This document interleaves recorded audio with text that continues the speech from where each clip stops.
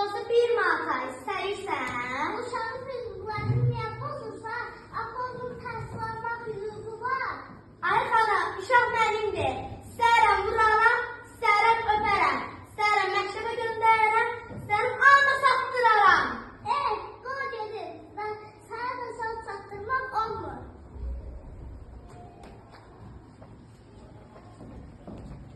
Başta size kulak asıram. Niye belə edirsiniz? Uşaq hem sizin hem de dövlətindir.